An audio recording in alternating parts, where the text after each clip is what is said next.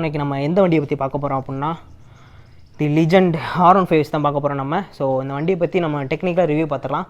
மொத்தமாக அந்த வண்டி ஸ்டாக்கில் உள்ள எல்லாமே சேஞ்ச் பண்ணியாச்சு பாதி தான். ஸோ எல்லாமே ஆஃப்டர் மார்க்கெட் தான் போட்டிருக்கு. ஸோ நம்ம அந்த வண்டியை பற்றி ஃபுல்லாக பார்த்துடலாம்.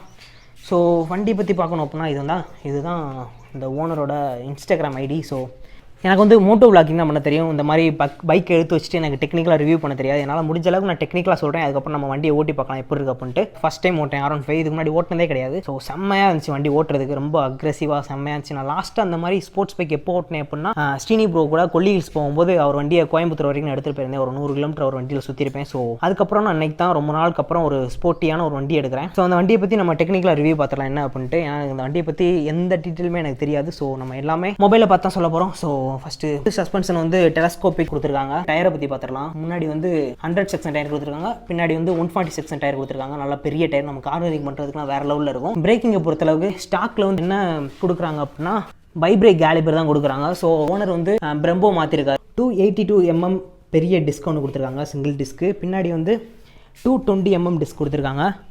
And twelve channel ABS. நீங்கள் வந்து எக்ஸாஸ்ட்டை நோட் பண்ணியிருப்பீங்க, அக்ரோபோவிக் தான் போட்டிருக்கு. இது வந்து சவுண்ட் வந்து வேறு மாதிரி இருக்குது. இது வந்து ஃபஸ்ட் காப்பி தான், ஒரிஜினல் கிடையாது. அதுக்கப்புறம் ஃப்ரண்ட்டில் பார்த்தோம் அப்படின்னா LED செட்டப். R15க்கான ஒரு பவர்ஃபுல்லான எல்இடியா என்னன்ட்டு எனக்கு தெரியல. R15 ஒன்று கமெண்ட் பண்ணுங்கள். LED நைட்டில் எப்படி இருக்கும் அப்படின்ட்டு. நைட்டில் இந்த வண்டி நான் ஓட்டினதில்லை. ஸோ நைட்டில் நம்ம என்றைக்கா ஓட்ட டைம் கிடச்சி அப்படின்னா அந்த வண்டி நம்ம ஓட்டலாம். ஸோ இந்த வண்டியோட சிசி பார்த்தோம் அப்படின்னா 155 சிசி கொடுத்துருக்காங்க. ஆனால் இதோட சிசிக்கும் இதோட பெர்ஃபார்மன்ஸுக்கும் சம்மந்தமே கிடையாது. இந்த டோனி ஸ்டாக் சொல்லுவாங்களே, அந்த பையனோட வயசுக்கும் செய்கிற செயலுக்கும் சம்மந்தமே இல்லைங்கிற மாதிரி தான் அந்த வண்டி 45 கிலோமீட்டர் கிட்ட கொடுக்குது. ஸோ செம்ம ஒரு பெரிய விஷயம் தான். இந்த மாதிரி வண்டிக்கு நம்ம 40 கிலோமீட்டர் எதிர்பார்க்குறது. டூரிங்க்கெலாம் சூப்பராக எடுத்துகிட்டு போகலாம். கொஞ்சம் டால் பர்சன் அப்படின்னா நம்ம இந்த வண்டி அழகாக எடுக்கலாம். கொஞ்சம் ஷார்ட்டாக என்னை மாதிரி இருக்கவங்க, ஒரு 5.5 இருக்கிறவங்க வந்து ஓட்டுறது கொஞ்சம் கஷ்டம் தான். ஏன்னா இந்த இடத்துல கரெக்டாக இந்த இடத்துல நமக்கு வலிக்கும் வண்டி ஓட்டும் போது. 5.5க்கு மேலே இருக்கிறவங்களுக்கு இந்த வண்டி வந்து செம்மையாக இருக்கும். ஸோ டயர் ஹக்கர் கொடுத்துருக்காங்க, நல்ல குவாலிட்டியாக தான் கொடுத்துருக்காங்க எல்லாமே. ஸோ ஆனால் பின்னாடி சீட் வந்து செம்ம ஹைட்டாக இருக்குது. இது வந்து BS6. BS4ஓட BS6ல் வந்து சீட் ஹைட்டை வந்து பின்னாடி கொஞ்சம் குறைச்சிருக்கதா சொல்கிறாங்க. ஸ்டாக் வைசர் வந்து கொஞ்சம் இதோட குட்டியாக இருக்கும். இது வந்து ஒரு பெரிய வைசராக இருக்குது. நம்ம வின் பிளாஸ்டே இருக்கா. அப்புறம் கியர் இண்டிகேட்டர் கொடுத்துருக்காங்க. இதான் இதில் பெரிய விஷயம். ஏன் அப்படின்னா நம்ம 6 கியர் இருக்கும்போது நம்ம கியர் பொசிஷன் ஈஸியாக பார்த்துக்கலாம். ட்ரிப் மீட்டர் கொடுத்துருக்காங்க, ஹசார்ட் லைட் கொடுத்துருக்காங்க. இந்த ஹசார்ட் வந்து தனியாக மாட்டியிருக்கும், ஸ்டாக்கில் வராது. ஸோ தனியாக தான் மாட்டி ஆகணும். இது வந்து ABSக்கான இண்டிகேட்டர் 11:35 போட்டிருக்கு. ஸோ டைம் கட்டதெல்லாம் ஒரு பெரிய விஷயம். நம்ம ரைடு போகும்போது டக்குன்னு வாட்ச் எடுத்து பார்க்க தேவையில்லை, இதிலே பார்த்துக்கலாம் நம்ம. அதுக்கப்புறம் ட்ரிப் மீட்டர்லாம் கொடுத்துருக்காங்க. ஸோ ட்ரிப் மீட்டர் பார்த்தோன்னா டோட்டல் கிலோமீட்டர் வந்து 2654 கிலோமீட்டர் தான் ஓட்டியிருக்காங்க. ஏன்னா அது வந்து ஒரு புது வண்டி எடுத்து ஒரு மாதமோ 2 மாதமோ தான் ஆகுது. எனக்கு சரியாக தெரியல எப்போ எடுத்துட்டு. வண்டியோட சீட்டை பார்த்தோம் அப்படின்னா என் வண்டியை கம்பேர் பண்ணும்போது எல்லா சீட்டும் சூப்பராக இருக்குது. ஸோ அதனால் நான் சீட்டை பற்றி நான் குறை சொல்ல விரும்பலை. சீட்டு நல்லாவே இருக்குது. நம்ம எக்ஸ்ட்ரா வேணால் நம்ம எக்ஸ்ட்ரா மாட்டிக்கலாம். பில்லியன் சீட்டு ரைடர் சீட்டோட கொஞ்சம் ஹார்டாக இருக்குது. மற்றபடி நம்ம அட்ஜஸ்ட் பண்ணிக்கலாம். கிளச்சை பார்த்தோம் அப்படின்னா அங்கே பாருங்கள், அவ்வளோ பட்டர் ஸ்மூத்தாக இருக்குது. இதோட கிளச் வந்து ஸ்டாக் கிளச்சே ரொம்ப சாஃப்டாக இருக்கும். இது வந்து ஆஃப்டர் மார்க்கெட் போனதுனால இது ரொம்ப சாஃப்டாக இருக்கும். இன்னும் தெரியல எனக்கு ரொம்ப. இங்கே பாருங்கள். அண்ட் இது அட்ஜஸ்டபிள் கிளச் கிடையாது. இது வந்து அட்ஜஸ்டபிள் பிரேக் கொடுத்துருக்காங்க. நல்ல ஒரு பெரிய வைசர் கொடுத்துருக்காங்க. நான் உட்காந்து அப்படின்னா என் நெஞ்சு வரைக்கும் கிடைக்கும். காற்றடிச்சு அப்படின்னா கரெக்டாக நம்ம ஹெல்மெட் போட்டிருக்கிறதுக்கும் அதுக்கும் செம்மையாக இருக்கும். வண்டியில் கிரவுண்ட் கிளியரன்ஸ் பார்த்தோம் அப்படின்னா நல்லாவே இருக்குது கிரவுண்ட் கிளியரன்ஸு. ஓகே, அகைன் நான் மறுபடியும் GoProவில் வீடியோ எடுக்க ஸ்டார்ட் பண்ணிட்டேன் அப்படின்னா பேட்டரி கழட்டி போட்டேன். கொஞ்சம் GoPro ஒர்க் ஆகிற மாதிரி தெரியுது. ஸோ மறுபடியும் பிரச்சனை. 11 லிட்டருக்கான டேங்க் கொடுத்துருக்காங்க. டேங்க் கெப்பாசிட்டி இன்னும் கொஞ்சம் கொடுத்துருந்தோம் அப்படின்னா நம்ம டூரிங் எடுத்துகிட்டு போகலாம். ஆனால் இது கொடுக்குற மைலேஜுக்கும் இந்த டேங்க்கும் கரெக்டாக தான் இருக்கும். ஏன்னா 45 கிலோமீட்டர் மைலேஜ் கொடுக்குது. ஸோ அதுக்காக இந்த 11 லிட்டர் டேங்க் வந்து பரவாயில்ல, நல்லா தான் இருக்கும். மேக்ஸிமம் பவர் வந்து 18.6 HP 10,000 RPMல ப்ரொடியூஸ் பண்ணுது. அதே மாதிரி மேக்ஸிமம் டார்க் வந்து 14.1500 RPMல ப்ரொடியூஸ் பண்ணுது. இன்னொரு R15 எடுக்க போகிறோம். அது டெலிவரி வீடியோ எல்லாமே நம்ம பார்க்க போகிறோம். அந்த வண்டியில் டூரிங்கை நம்ம பண்ண போகிறோம். கண்டிப்பாக டூர் போகிறோம் அந்த வண்டியில். அதை பற்றி நம்ம கம்ப்ளீட் ரிவ்யூ போடலாம். இது வந்து கொஞ்சம் சேஞ்ச் பண்ணதுனால நம்ம ஸ்டாக் R15 வந்து நம்மளால் ரிவ்யூ பண்ண முடியல. அதுக்கப்புறம் நம்மளோட மிரரை பார்த்துக்கலாம். மிரர் நல்லா ஒரு பெரிய மிரர் கொடுத்துருக்காங்க. நம்ம ரைடிங் ஜாக்கெட்லாம் போட்டால் மறைக்குமா என்னன்ட்டு எனக்கு தெரியல. நான் ரைடிங் ஜாக்கெட் எடுத்தே ரொம்ப நாளாச்சு. அட்ஜஸ்டபிள் தான். ஸோ நம்ம இப்படி மடக்கி வச்சுக்கிட்டு நம்ம வாட்டுக்கு எவ்வளோ ஸ்பீடாக வேணாலும் போகலாம். நல்லா சந்து புந்தெல்லாம் அடித்து போகலாம் அந்த வண்டியை வச்சு நம்ம. ஸோ அவரோட இன்ஸ்டாகிராம் ஐடி வந்து இங்கே மென்ஷன் பண்ணியிருப்பாப்ல.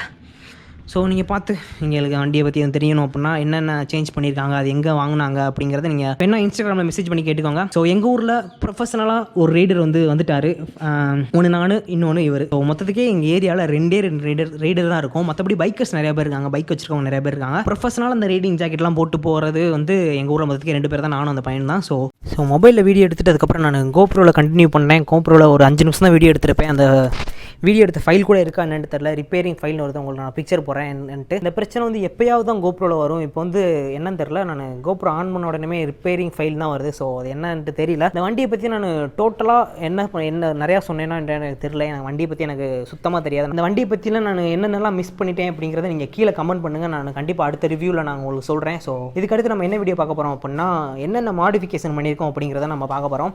ஸோ வீடியோ குவாலிட்டி வந்து நல்லா தான் இருக்குது, ஸ்டெபிலிட்டி நல்லா தான் இருக்குது இந்த மொபைலில். ஸோ நம்ம அதனால் இதிலே நம்ம அடுத்த வீடியோ எடுக்க ஆரம்பிச்சிடலாம். ஸோ GoPro வந்து சுத்தமாக போச்சு. GoPro நம்பி நம்ம வெளில வந்தோன்னா, ஆலங்காத்தால உனக்கு குறவழி வரைக்கும் சோத்த போட்டு வண்டியில ஏத்திட்டு வந்ததுக்கு உன்னால என்ன பண்ண முடியுமோ அதை பண்ணிட்டேன். லைட் வெயிட்டு 142 கிலோ தான். ஸோ ட்ரௌசர் கிழிஞ்சிரும் போல் அந்த வண்டியில் உட்காந்து. நல்ல ஒரு அக்ரெசிவான பொசிஷன். ஆனால் KTM RCயோட இது கொஞ்சம் அக்ரெசிவோட கம்மி தான். ஏன்னா RC வந்து ரொம்ப அக்ரெசிவாக இருக்கும். நான் ஓட்டி பார்த்துருக்கேன். NS ரிவ்யூ பண்ணியிருக்கோம், அது என்னோட NS 160 ரிவ்யூ பண்ணியிருக்கோம். அதுக்கப்புறம் ஹிமாலயன் ரிவ்யூ பண்ணியிருக்கோம்.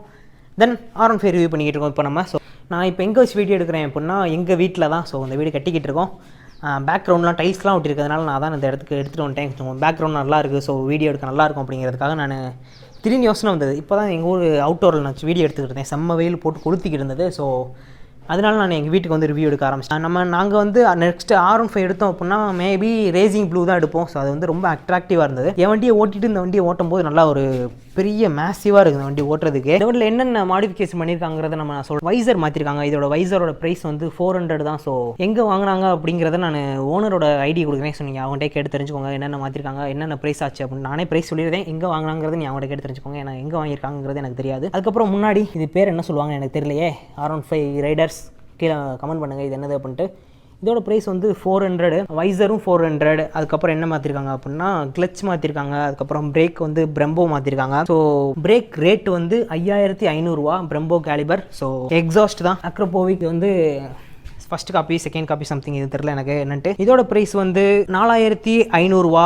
அதுக்கப்புறம் பென் பைப் அதாவது பைப் வந்து உள்ளக்கு அந்த வளைஞ்சு ஒரு பைப் இருக்கும் பார்த்தீங்களா, இன்ஜினுக்குள்ளேருந்து ஒரு பைப் வரும். அதோட ப்ரைஸ் வந்து 2900. அதுக்கப்புறம் கிராஷ் கார்டு, ஸ்லைடர்ஸ்லாம் போட்டிருக்காங்க. ஸோ கிராஸ் கார்டு வந்து எனக்கு வந்து ஆரஞ்சு கலர் பிடிக்கிறது வந்து பிளாக் கலரில் போட்டிருக்காங்க. ஸோ இதோட ப்ரைஸ் வந்து 3000. அதுக்கப்புறம் இண்டிகேட்டர் வந்து ஸ்டாண்டர்டாக இதோட இண்டிகேட்டர் எங்கே இருக்குன்ட்டு எனக்கு தெரியலை. ஸோ இதோட இண்டிகேட்டர் இந்த இடத்துல மாட்டியிருக்காங்க. இதோட ப்ரைஸ் வந்து 700. நம்பர் பிளேட்டோட ஃப்ரேம் வந்து 200. ஃப்ரண்ட் அண்ட் பேக் சேர்த்து 200 என்னன்ட்டு எனக்கு தெரியல. ஸோ அண்ட் இதை ஃபோல்ட் பண்ணிக்கலாம் நம்ம உள்ள கூடி. ஸோ இதோட ப்ரைஸ் வந்து 200. ஸோ எல்லாம் செட்டாக சேர்த்து தான் 700 நினைக்கிறேன். ஃப்ரண்டில் உள்ள இண்டிகேட்டர், அதுக்கப்புறம் பேக் இண்டிகேட்டர் எல்லாமே சேர்த்து 700 நினைக்கிறேன். பைக்கோட வாங்கும் போது எக்ஸாக்ட் ஆன்ரோட் ப்ரைஸ் வந்து 1,84,700. இன்னும் வந்து ஓனர் வந்து மாடிஃபிகேஷன் பண்ணுறேன்னு சொல்லியிருக்காங்க. மாடிஃபிகேஷன் பண்ணதுக்கப்புறம் வண்டி வாங்கி நம்ம மறுபடியும் ரிவ்யூ பண்ணி பார்க்கலாம் எப்படி இருக்கு அப்படின்ட்டு. ஸோ அவ்வளோ இதோட நான் இந்த வீடியோ முடிச்சுக்கிறேன். ஸோ வீடியோ பிடிச்சா லைக் பண்ணுங்கள், ஷேர் பண்ணுங்கள், கமெண்ட் பண்ணுங்கள், சப்ஸ்கிரைப் பண்ணுங்கள். ஓகே, வீடியோ ஆடியோ குவாலிட்டி எப்படி இருக்குன்னு தெரியல, நல்லா இல்லைனா மன்னித்து விடுங்கள். ஸோ நம்ம நெக்ஸ்ட் கேமரா வந்து வாங்கிடுவோம் கண்டிப்பாக. GoPro வேறு ரிப்பேரு. ஸோ நம்ம ரைடு எப்படி போக போகிறோன்னு எனக்கு தெரியல. அடுத்து வந்து ராமேஸ்வரம் போகலாம் அப்படின்ட்டு ஒரு பிளான் போட்டு வச்சுருக்கேன். நான் அந்த பசங்களை பார்க்குறதுக்காக என்னோட பழைய ராமேஸ்வரம் வீடியோ பார்த்துருந்தீங்கன்னா நீங்கள் உங்களுக்கு தெரிஞ்சிருக்கும். அந்த பசங்க கூட நான் ஒரு மணி நேரம் ஸ்பெண்ட் பண்ணியிருப்பேன்னு நினைக்கிறேன், அந்த ஏரியா பசங்க. ஸோ அந்த பசங்க வந்து கூப்பிட்டே இருக்காங்க வாங்கலான்ட்டு. ஸோ கண்டிப்பாக அந்த பசங்களுக்காக நான் நெக்ஸ்ட்டு போவேன். என் பர்த்டே போய் போகணுன்னு நான் பிளான் போட்டிருந்தேன், ஆனால் என்னால் போக முடியல. ஸோ கண்டிப்பாக இந்த இயர் வந்து போனாலும் போவேன் ராமேஸ்வரத்துக்கு. அண்ட் அந்த இடத்துல ஒரு பிரியாணி சாப்பிட்டேன். அந்த பிரியாணிக்காகவே நான் திருப்பி போவேன் ராமேஸ்வரத்துக்கு. அண்ட் இதோட அக்ரோபோவிக் எக்ஸாஸ்ட் வந்து நான் காட்ட மறந்துட்டேன். ஸோ நான் இந்த எக்ஸாஸ்ட்டை காட்டுறேன் உங்களுக்கு எப்படின்ட்டு.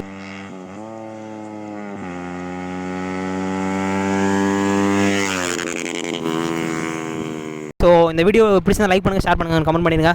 அண்ட் மறக்காமல் சதன் ரேடியோ சேனலுக்கு சப்ஸ்கிரைப் பண்ணிடுங்க. என்னோட சேனல் பேரே எனக்கு மறந்து போயிடும், நான் வீடியோ போடாமல் இருந்தால். கூடிய விரைவில் கண்டிப்பாக வராது வீடியோ. ஸோ நான் ஸ்டடீஸ்லாம் முடிச்சதுக்கப்புறம் நான் கண்டிப்பாக வீடியோ போடுறேன், வீடியோ